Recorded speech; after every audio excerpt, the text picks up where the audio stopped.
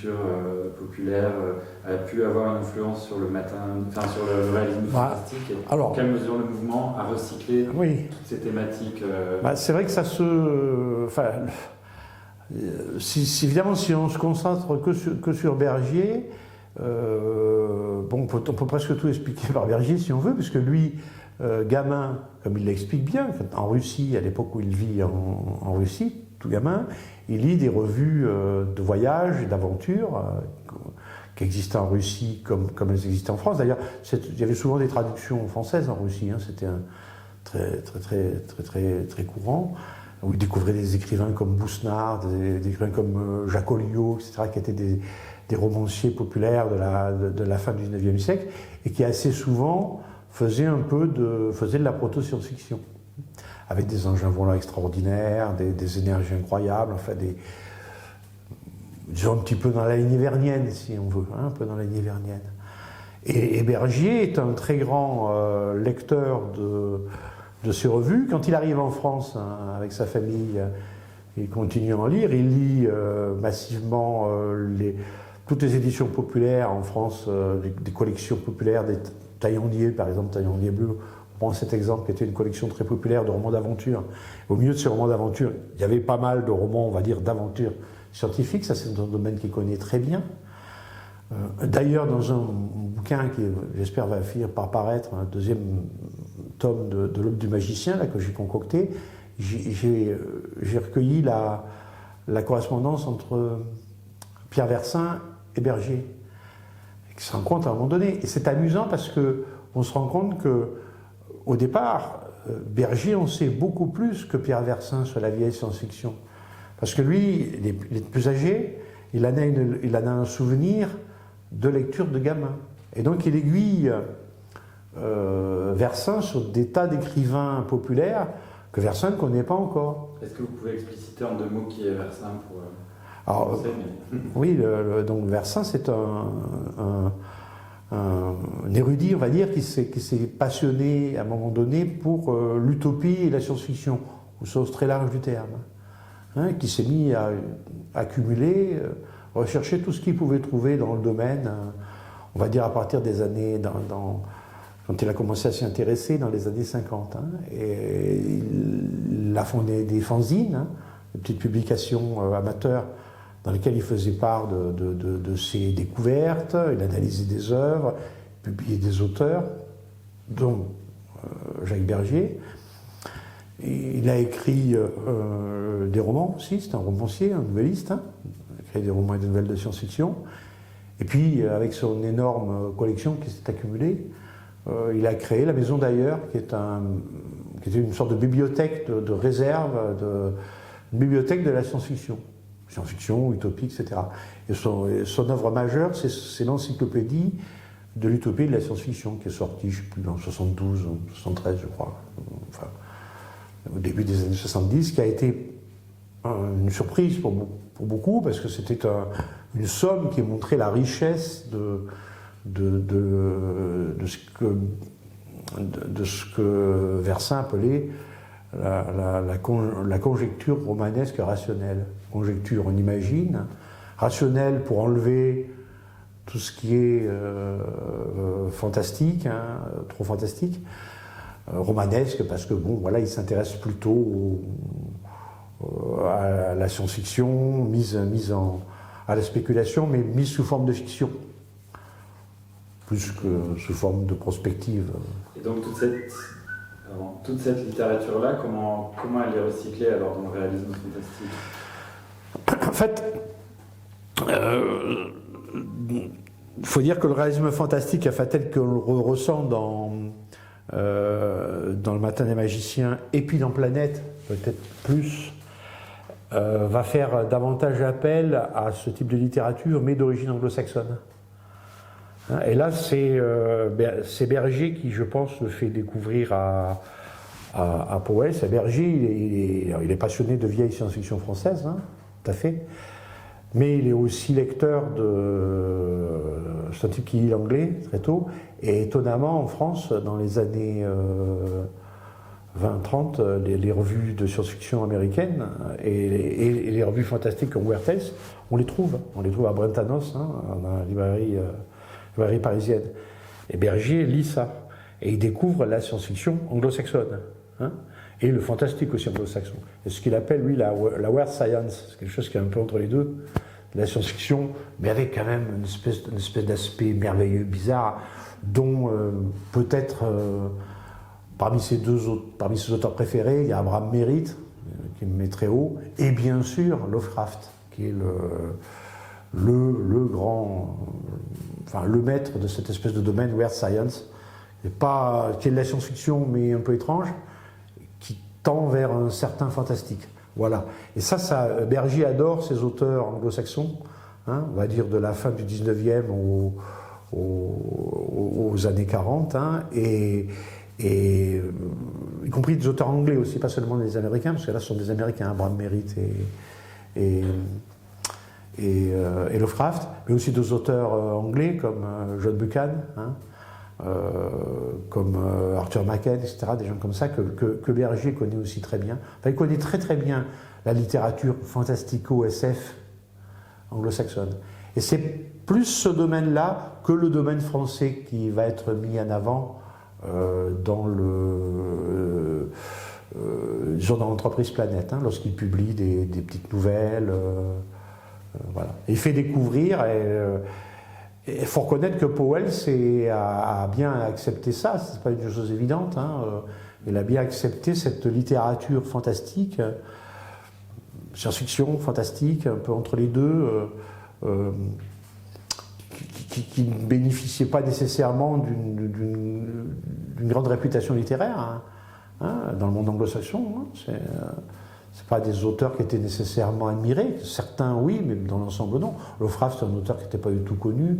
Abraham Merritt, qui est une des grandes admirations de Bergier, c'est un auteur considéré comme un auteur populaire. C'est pas du tout considéré comme un auteur important de littérature anglo-saxonne. Ce sont quand même des gens qui sont des disons de la littérature de second rayon, on va dire. De marge, un peu. De marge. Comme quoi, ils ont été quand même super précurseurs. Mais justement. C'est vraiment défricheur d'aller chercher Lovecraft, qui aujourd'hui est absolument un auteur culte, et puis pas mal de... Ah mais oui, mais ça, pour moi, c'est clairement... c'est Bergier. Alors évidemment, Powell se soutient, tout à fait. Il a sa part du mérite, bien sûr. Oui, il valide ses choix, il appuie dans ses il l'appuie tout à fait. Donc, dans les numéros de Planète, on a une mise en scène comme ça. On a une nouvelle d'un auteur souvent anglo-saxon, avec une petite présentation, une illustration. À chaque fois, on a l'impression qu'on découvre quelque chose d'absolument formidable. Des fois, c'est vrai. C'est dans Planète que paraît la première nouvelle... traduite en français de Robert Howard, le créateur de Conan. Maintenant, commence à être un petit peu connu, mais à l'époque, qui connaît Robert Howard, il va falloir un peu de temps. J'ai fait la promotion de Lovecraft, qui aujourd'hui est de plus en plus connu, mais enfin, ça a mis du temps. Sans l'obstination de Bergier, c'est pas si sûr qu'on se serait aperçu de l'existence de Lovecraft, c'est pas évident. Il y a eu quelques adaptations BD, cinéma aussi, qui ont contribué, même par la suite. Petit à petit. Mais il faut voir que il y a peu de personnes en France, après la guerre, qui connaissent ces littératures. Il y a très très peu de personnes. Et quand on tire le fil, on en trouve une poignée. Et dans cette poignée, plusieurs ont été initiés par Bergier. En réalité, lui, il connaît cette littérature depuis les années 20.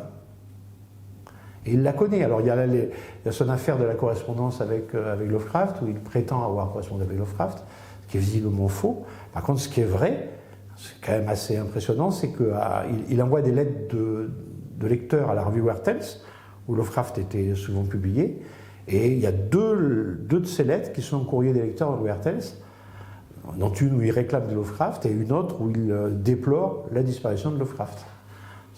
C'est le seul français qui est écrit, dans ma connaissance, à Weird Tales, et qui a été publié dans le courrier des lecteurs de Weird Tales. Et ça, c'est absolument authentique.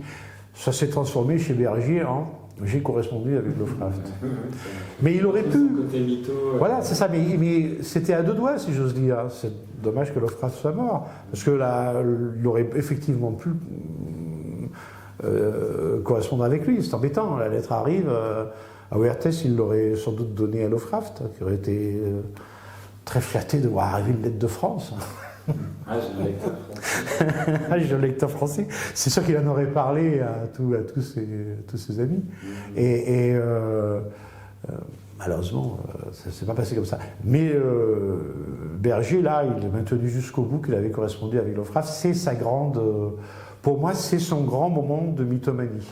J'ai tendance à penser qu'à la fin, il en était vraiment persuadé lui-même. Hein. Je crois que c'était un peu arrivé à ce stade-là, maintenant. Il n'y avait personne pour le contredire, et puis c'était devenu... Le vrai et le faux là-dedans ne veulent plus rien dire à ce niveau-là. C'est pas grave. Après, on a rencontré des gens comme Stéphane François, qui est un politologue qui travaille chez nous. Oui, je connais. Oui. Qui remettait carrément en doute le fait qu'il ait été résistant. Alors, oui, il y a une difficulté, effectivement, sur la carrière de résistant de Berger. Elle n'est pas formidablement documentée. Alors maintenant, là, c'est vrai que dans son essai c'est Agent secret contre arme secrète, on a effectivement l'impression que c'est lui qui a sauvé les Alliés du péril des V2, mais bon, c'est vrai que... Alors, je pense pas... Enfin, je suis persuadé, pour ma part, qu'il a été résistant. Il n'y a aucun doute, par ailleurs, qu'il a été déporté. Ça, il n'y en a aucun. Je ne doute pas qu'il ait été résistant. Après, l'importance de ce qu'il a fait, ça, c'est un peu autre chose. Mais il a des amis résistants qui ne sont pas douteux. Après, c'est une question d'interprétation. Il y a un voile de mystère qui plane encore sur son rôle précis, en fait, ou sur l'importance qui se... Oui, mais je crois que c'est plus... Le problème est plutôt là, c'est-à-dire qu'est-ce qui fait que... on va dire que c'est une personne qui découvre les armes secrètes, enfin, les V2 en l'occurrence. C'est lui qui l'indique et c'est grâce à lui qu'il y a des grands bombardements sur la base de Peenemünde. Après, est-ce que c'est lui? Est-ce que c'est plusieurs personnes? Je veux dire, ça ne tient pas à une personne, tout ça. C'est une convergence de témoignages, de tentatives de décryptage de ce qui est observé à l'époque. Un réseau c'est des réseaux, oui, et puis c'est des réseaux souvent quand même qui sont très informels. Hein. Les gens y meurent beaucoup quand même. Hein. C'est très... il a sûrement exagéré là aussi. Bon. Mais je pense qu'il n'y a aucun problème sur sa carrière, sur son activité de résistant. Il a bien été résistant. Agent secret. Qu'est-ce qu'on appelle agent secret à l'époque? Il faut quand même mieux voir comment ça fonctionne. Les gens deviennent agents secrets comme ça. Il n'y a pas une école d'agents secrets. Non, mais disons, le fait d'avoir eu en main tous les documents un peu sensibles, les top secrets de pas mal de gouvernements. Ça, par contre, je pense que ça fait partie... de la mythologie. À mon avis, oui. Ça, c'est... Il explique d'ailleurs, à un moment donné, je ne sais plus dans quel texte, très bien vu, qu'on trouve beaucoup plus de choses en lisant les revues de vulgarisation scientifique publiées dans les différents pays qu'en se cassant les pieds à faire vraiment de l'espionnage. Sans quoi il n'a pas tort. Il explique bien qu'en fait, le problème, c'est pas tant de chercher des informations secrètes, c'est de repérer les bonnes informations. Hein, parce que bon, les trucs secrets, s'ils sont vraiment secrets, ils restent secrets. Hein, voilà. Par contre, repérer ce qui est possible à trouver, comment fait-on? D'ailleurs, c'est un sujet très d'actualité avec Internet aujourd'hui et tous ces systèmes-là. Les gens doués peuvent casser tous les codes et avoir accès à tout. Et ils font quoi de cette masse colossale de données? Le problème, c'est le problème du tri. Que faire de ce tri? Parce que dans le Matin des magiciens, par exemple, il mentionne une expérience de télépathie. La télépathie avec le Nautilus. Et après, ils sont c'était quand même assez tôt, parce qu'après ça a été documenté, ces questions. Alors, sur l'expérience du Nautilus, je crois qu'on peut elle a été démontée plusieurs fois. Hein. Mais il y avait bien un programme de recherche. Alors, il y a bien. Alors, c'est le paradoxe Bergier, c'est-à-dire que souvent, enfin, il donne l'exemple de la télépathie, l'expérience de télépathie avec le Nautilus est bidon.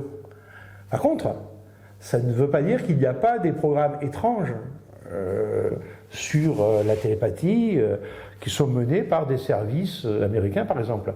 Oui, il y a des espèces de tentatives qui sont faites. Il y a eu une course entre aussi Américains et Russes, chacun croyant que l'autre utilisait. Oui, voilà. Alors, maintenant, voilà, oui. Ça a été documenté. Oui, voilà, c'est ça, c'est le paradoxe Bergier. Hein. Souvent, il parle d'un truc, le fait lui-même est faux, mais derrière, il y a quelque chose de vrai. Donc voilà, c'est là où c'est délicat. Il donne un fait précis, paradoxalement le fait précis est faux, alors que il y a effectivement des recherches qui sont menées, mais ce n'est pas celle dont il parle. Parce que, entre nous soit dit, c'est bien de faire la télépathie entre je sais pas, les États-Unis et le Nautilus sous le pôle, c'est bien. Enfin, si on le faisait à 20 mètres, hein, ça serait tout aussi extraordinaire. Hein. C'est pas la peine d'aller à l'autre bout du monde et sous la calotte polaire. Ça sera, oui, ça sera plus spectaculaire, oui, bien sûr. C'est déjà pas mal si on y arrivait à 20 mètres. Hein. Donc, on voit bien aussi le côté humour aussi quand il dit ça. Oui, on peut faire des expériences avec le Nautilus. Mais tout à l'heure, ce que vous disiez par rapport à l'importance qu'il a pu donner à son rôle dans la résistance ou dans ses activités de renseignement, c'est un peu, ça rejoint un peu la deuxième partie du livre qui est consacré, du Matin des magiciens, qui est consacré aux origines occultes du nazisme. En fait, il n'y a pas de doute qu'il y a eu une influence de l'occultisme sur les... Alors, oui, voilà, c'est une question d'importance. Oui, c'est une question de place à donner, oui, mais c'est vrai que encore une fois, moi je suis absolument persuadé que Bergier a bien eu une activité de résistance, il n'y a pas de doute là-dessus. Après, l'importance de l'activité, ça c'est à voir. Il a effectivement tout de même eu l'occasion de discuter avec beaucoup de gens qui ont eu accès à des documents et des connaissances qui n'étaient pas banales à l'époque. Hein. Et on le voit, d'ailleurs dans l'affaire des documents, enfin des choses qu'il sait, y compris sur l'histoire de la résistance, visiblement Bergier est au courant de certains trucs qui n'étaient jamais dits. Hein. Comment s'appelle, enfin c'est un tortionnaire nazi connu, colonel, je ne sais plus trop, enfin une histoire, un type qu'on a ressorti il y a un certain nombre d'années. Bergier en parlait, à une époque on n'en parlait plus, je ne l'ai plus en tête. Mais on voit bien qu'il avait des connaissances de certains dossiers qui lui étaient il connaissait certainement par ses relations. Alors, des gens avec lesquels il parlait, comme ça, qui étaient des amis, mais des choses qui n'étaient pas écrites, mais qui étaient dites dans les milieux de la résistance. Les gens qui se connaissaient, moi c'est une évidence. Après évidemment, oui, c'est pas l'agent secret du siècle. Hein. Mais enfin, les histoires d'agents secrets du siècle, on peut en faire la liste. Hein, là aussi, qu'est-ce qu'on appelle un agent secret, si important que ça, etc. C'est pas évident. Hein, c'est vraiment souvent des questions d'interprétation. Hein. Oui, puis ça, si c'est vraiment des noms d'agents secrets, peut-être que c'est pas révélé même pas. C'est-à-dire que oui, il le fait remarquer d'ailleurs, Bergier, à plusieurs reprises. Oui. Je suis beaucoup trop connu pour que... Les choses vraiment secrètes, on n'en parle pas. Oui, ou alors on les connaît effectivement très très longtemps après. Les secrets très bien gardés, un secret qui est très très bien gardé, qui est extraordinairement bien gardé, c'est la fabrication de la bombe atomique, hein, le programme Manhattan américain. Il est extraordinaire. Il y a un nombre considérable de gens qui sont partie prenante du programme. Il n'y a rien qui filtre. C'est étonnant. Pourquoi il n'y a rien qui filtre? Parce que les gens disent, écoutez, on leur dit, voilà, vous allez travailler à un programme extrêmement important, très grave. Ne dites rien. Ben, les gens disent rien. Et c'est pas faute l'axe chez les Allemands d'avoir essayé de savoir ce que font les autres, etc. C'est la forêt morcelée. Oui, c'est ça, c'est compartimenté. Oui, voilà, oui, bien sûr, mais enfin, vu le nombre de gens qu'il y a, c'est un secret extraordinairement bien gardé. Les Allemands ne savent pas. Et c'est bien documenté ça aussi. Ils ne savent pas que les Américains sont en train de fabriquer une bombe atomique et qu'ils vont l'avoir dans des délais très rapides. Ils ne le savent pas. Personne ne le sait dans les services secrets allemands. Personne. Et justement, qu'est-ce que vous en pensez, vous, en tant qu'exégète de tout ça, cette deuxième partie qui attend? Alors, là oui, c'est celle qui a beaucoup fasciné, oui. Mais je crois qu'elle fascine à juste titre parce que peut-être qu'aujourd'hui, on en parle avec plus de tranquillité, mais le phénomène nazi a été quand même quelque chose, alors en dehors évidemment, si j'ose dire, d'épouvantables catastrophes et massacres et exterminations qu'il a provoqué, quelque chose d'assez incompréhensible. Hein. Ça a bien été un mouvement assez difficile à analyser. Et pour beaucoup de gens de ce temps qui l'ont vécu, c'était inexplicable. D'où il fallait absolument trouver des explications à l'inexplicable. Et donc évidemment, on peut aller chercher du côté de l'occultisme. Alors c'est peut-être une fausse explication, bien sûr, ça fait que repousser le problème, mais la pure explication sociologique, la pure explication économique, la pure explication politique, ont l'air de ne pas fonctionner bien. C'est pas possible. Ça allait trop loin. Ça allait trop loin, c'est pas possible un phénomène comme ça. Pareil, ça pas.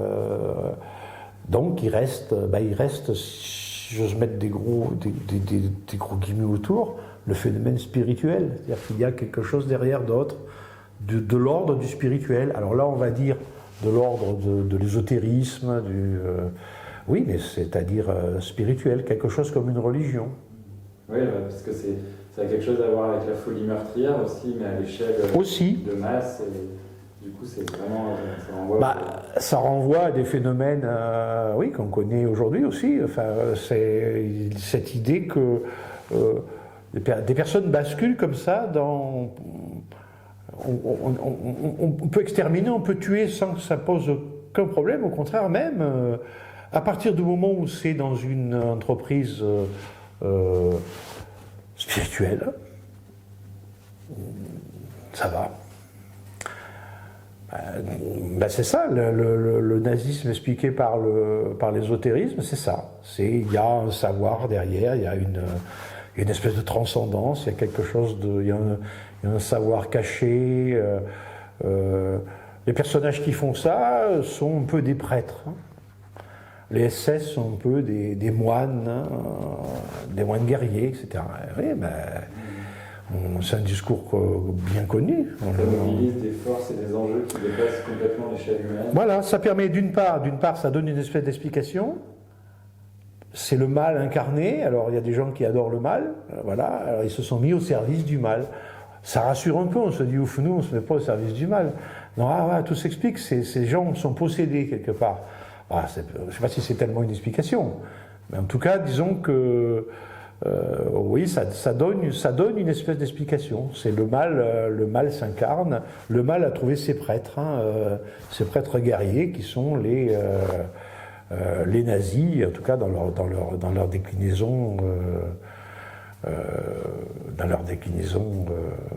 la plus.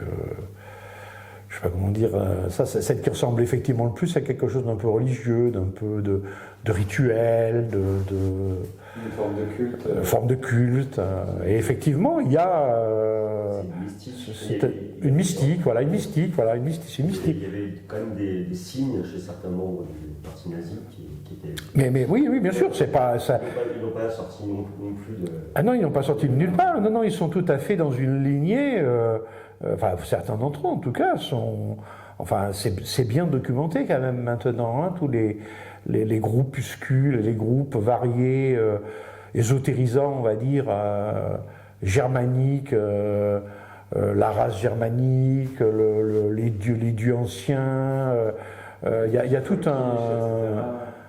un folklore, on appelle ça folklore, le terme est peut-être un peu c'est ça, le mouvement folkish, c'est ça. voilà, oui, en fait, oui, quand on dit folklore, en France, on sourit, quand on dit folkish, c'est moins, voilà. Tous ces mouvements sont nombreux, certes certes marginaux, mais nombreux, et ils ont en leur sein des gens qui ensuite vont faire carrière et qui y croient, hein, c'est pas ils y croient. Alors, donc ça participe, absolument, ça participe. Hein.